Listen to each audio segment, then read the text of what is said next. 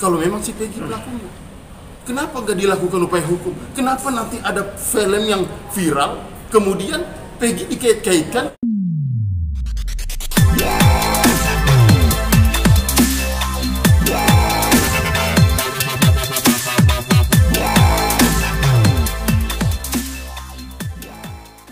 Assalamualaikum warahmatullahi wabarakatuh.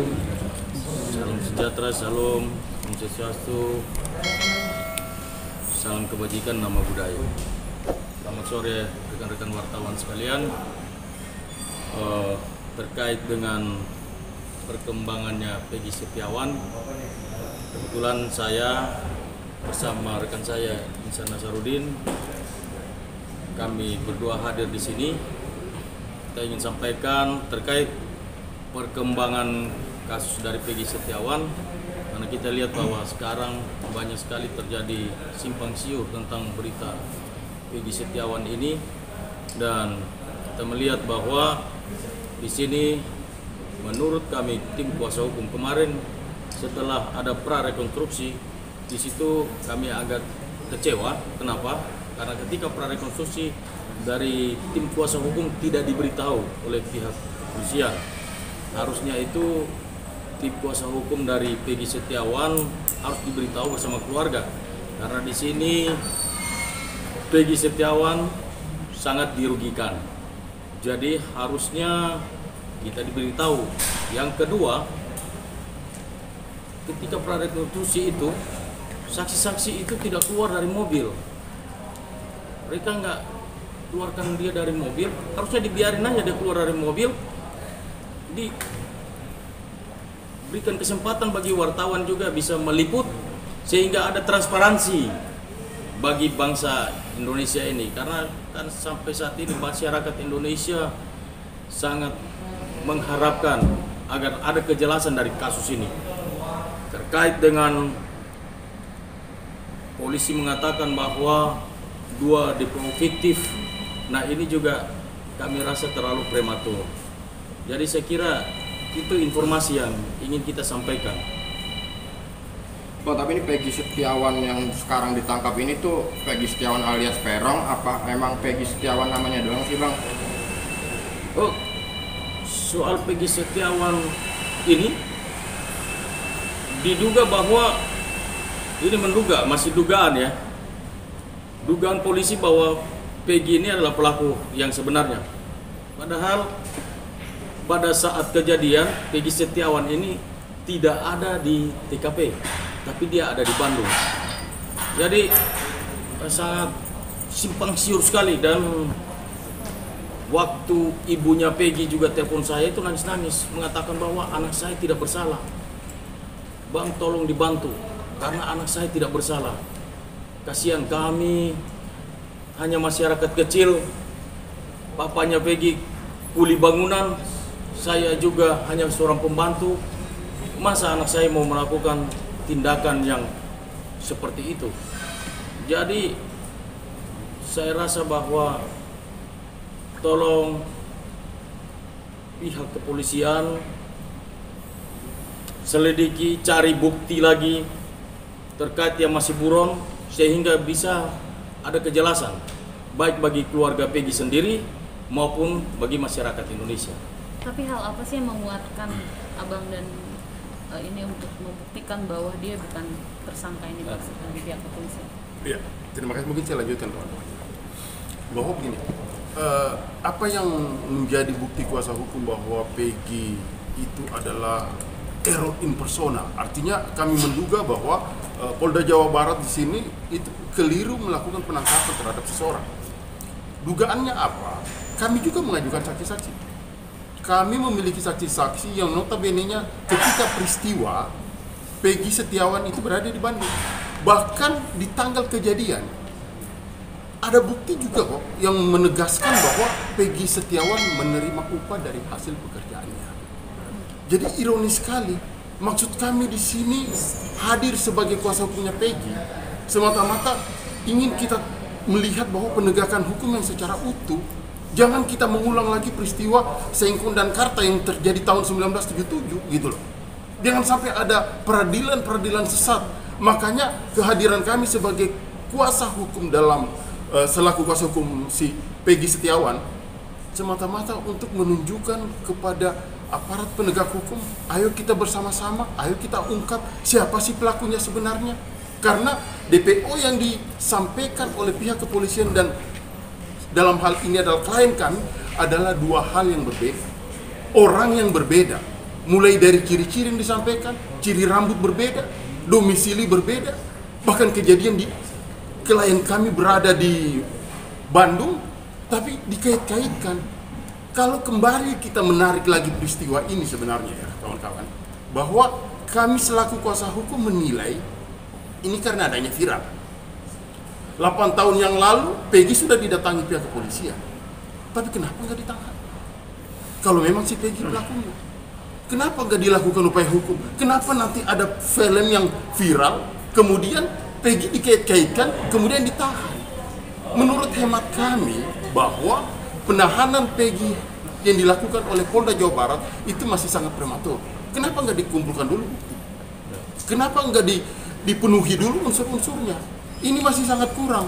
Bahkan 5 terpidana yang diperiksa tidak mengenal Peggy dan hanya 1 orang yang mengenal Peggy. Bagaimana dari unsur pembuktian? Kita berbicara masalah pelaku pidana, hukum itu jangan abu-abu, hukum itu harus nyata. Hukum itu harus terang. Tidak boleh ada kesimpang siuran. Makanya kami meyakini selaku kuasa hukum Peggy bahwa Peggy yang dijadikan DPO dan ditangkap hari ini adalah bukan Peggy si pelaku. Kami sangat meyakini itu. Bahkan kami hakul yakin itu bukan adalah Peggy yang menjadi pelaku kejahatan dari peristiwa pembunuhan Vina. Kira-kira seperti itu, Pak. Tapi Bang, apa action para lawyer sendiri untuk mencabut dakwaan itu? Kalau kita berbicara apa yang tindakan kami, mungkin dalam waktu dekat ini kami akan mengajukan pra-peradilan, ya kan? Tapi kalau ini yang kemudian sampai ke pengadilan, kami pastikan kami punya kejutan-kejutan kok. Kami punya bukti-bukti kok. Kalau hari ini kepolisian punya bukti, kami punya bukti. Bahkan semalam itu dilakukan BAP, ada 3 orang yang dilakukan BAP, 2 orang itu disita lagi ponselnya. Kami nggak mengetahui apa maksud dari sitaan ponselnya ini. Apakah ponsel ini yang dipakai 8 tahun yang lalu atau seperti apa? Kan begitu. Jadi kami coba untuk membuat terang dengan menghadirkan saksi. Ada loh saksi, ada loh pihak-pihak, ini loh pihak-pihak yang mengetahui bahwa peristiwa terjadi di Cirebon, Peggy Setiawan berada di Bandung. Ini loh saksi-saksinya. Tapi kenapa sampai handphonenya aja dilakukan penyitaan? Ya is okay lah, silakan aja. Tapi yang pasti kami juga sudah mengantongi seluruh bukti-bukti bahwa yang Peggy Setiawan selaku klien kami adalah bukan seorang pelaku. Kami meyakini, Bang, dan kami akan mengajukan di pengadilan. salah satu bukti yang menguatkan bahwa Peggy klien lo itu bukan tersangka apa sih Bang? Nggak boleh tahu Bang mungkin Bang. Ya, ada Kalau kita bicara masalah pembuktian, maka rujukannya ya tentunya KUHAP. KUHAP itu secara hierarki saksi yang paling utama. Kami memiliki saksi yang memiliki kualitas yang baik, yang betul-betul mengetahui peristiwa pidananya. Apakah si Peggy melakukan atau tidak, di mana keberadaan Peggy. Itu semua kami miliki kok. Makanya kami akan counter pada saat di pengadilan. Kami sangat optimis. Kalau seandainya kepolisian kan sudah berlarut-larut juga penahanan Peggy ini, ajukan saja. Silakan ayo kita uji. Kami sangat siap kok selaku kuasa hukumnya Peggy untuk menentukan sejauh mana peristiwa, apakah orang ini tepat atau bukan. Kami mendukung kok. Kami mendukung kepolisian untuk tangkap si pelaku sebenarnya. Jangan sampai tangkap error in persona, salah orang. Itu yang kami hindari. Dan itu yang akan kami buktikan bahwa Peggy Setiawan yang ditangkap oleh pihak kepolisian bukanlah Peggy yang melakukan tindak pidana.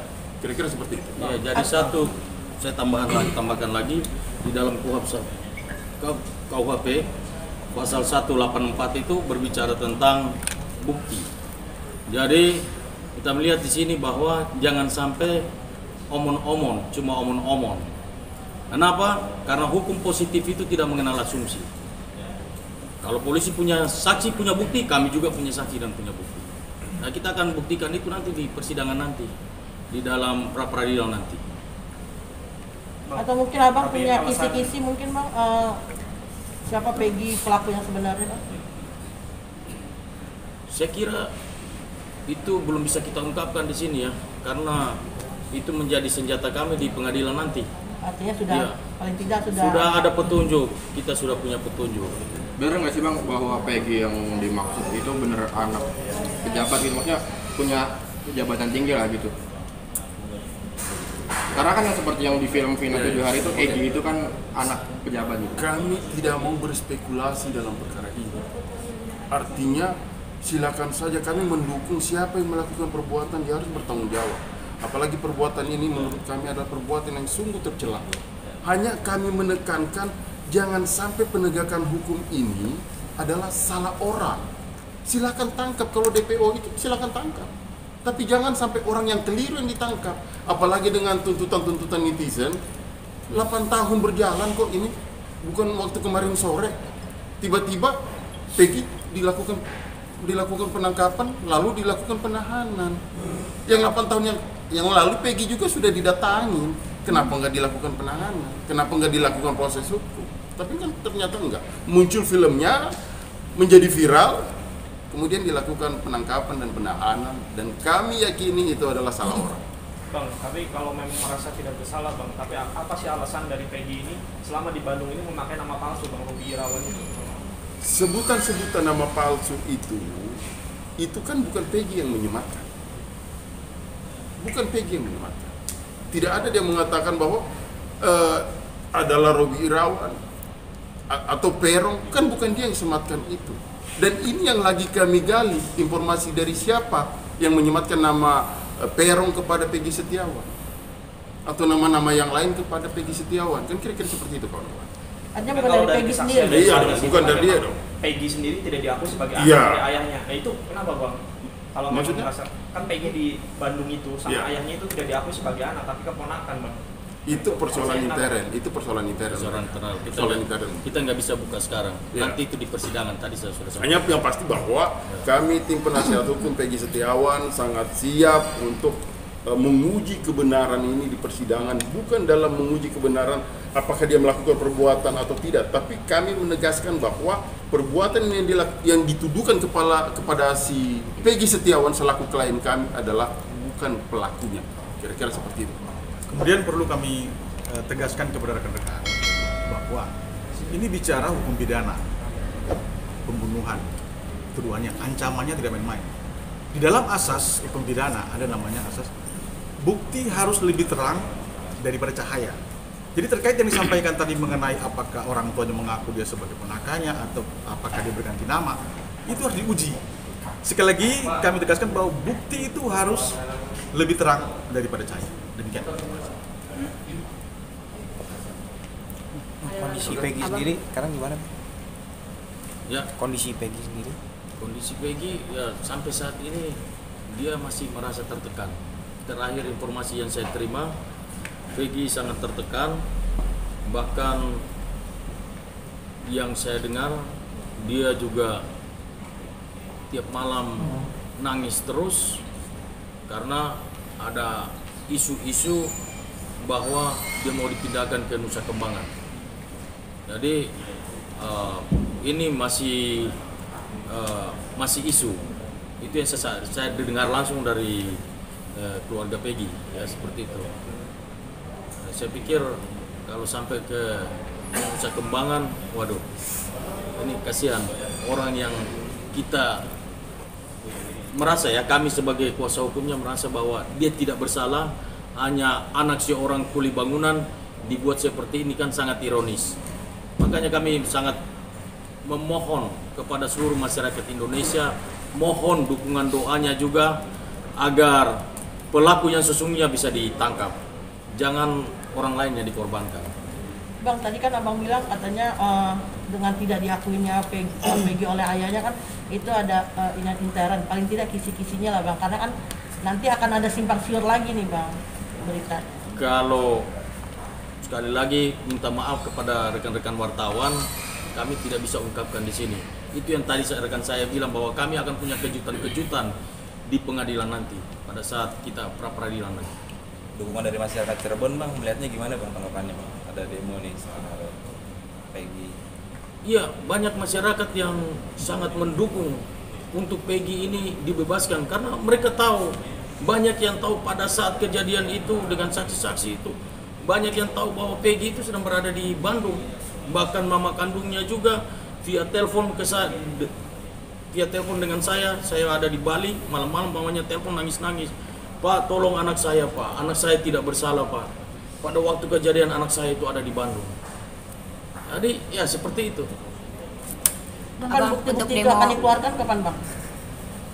Saat pengujian pengadilan. Kira-kira Yang pasti pengujian pengadilan, karena kami menilai begini bahwa tidak mungkin lah kan kami hadirkan bukti-bukti ke media. Jadi seolah-olah media adalah pengadilan, kan seperti itu. Jadi pada saat kami mengajukan di pengadilan, kami akan sampaikan semua bukti. apa nih? Ya pada saat pemeriksaan pengadilan. Kita tapi masih pasti ya, kami masih godok semuanya. Masih godok Doakan karena saja ya. Kita kan tim, ada kurang lebih 60 lebih lawyer. Jadi kita harus gelar sama-sama dulu, dan kita kan punya garis komando juga. Jadi nanti saatnya nanti yang pasti di pengadilan lah. Bang, hari ini kan di Cirebon ada tabur bunga, terus ada demo juga di TKP gitu ya Bang. Bang, mungkin kira-kira di sana ada berapa lawyer Bang yang mendampingi dan tanggapan gitu Bang? Lawyer di sana Acara cukup di banyak. Cirebon. Cukup banyak, ada puluhan. Cukup banyak. Mungkin dari kesaksian Ibnunya sendiri Bang, gimana Bang?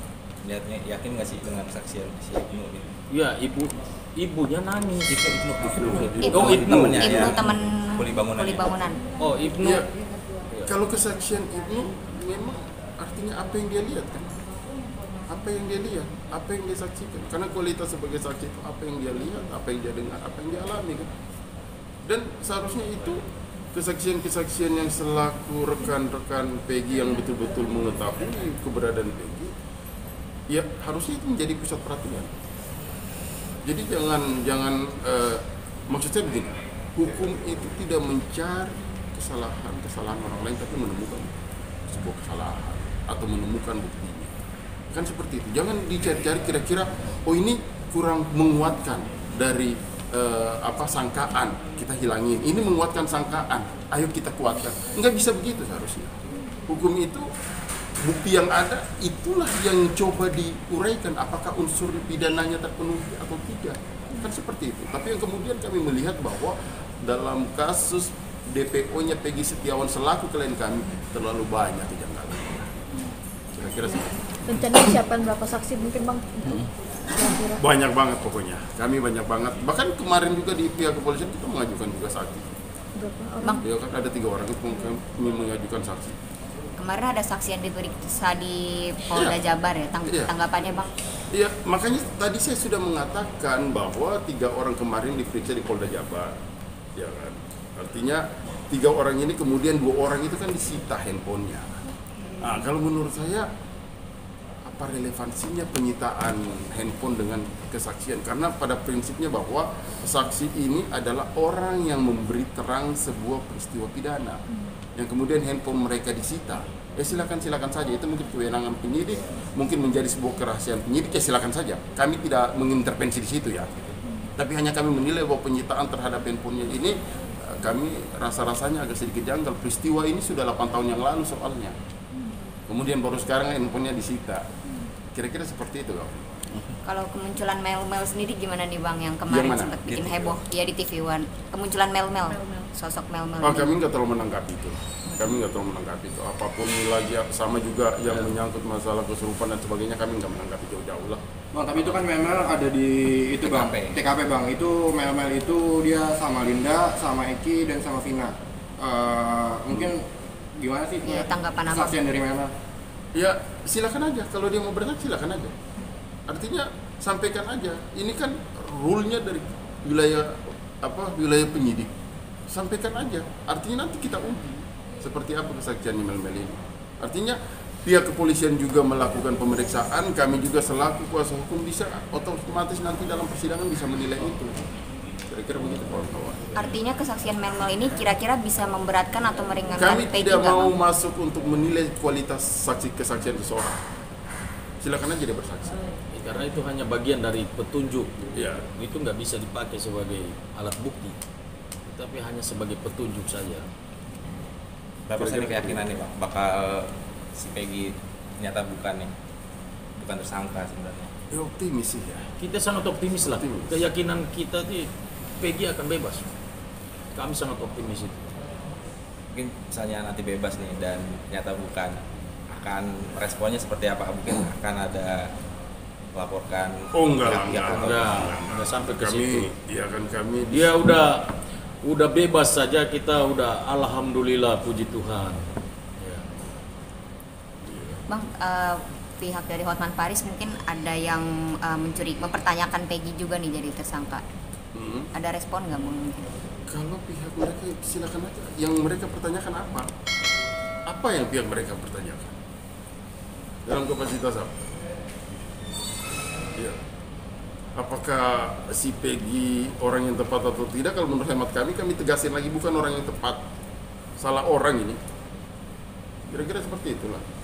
Karena begini, 5 orang ini yang terpidana, 5 orang tidak mengenal kok.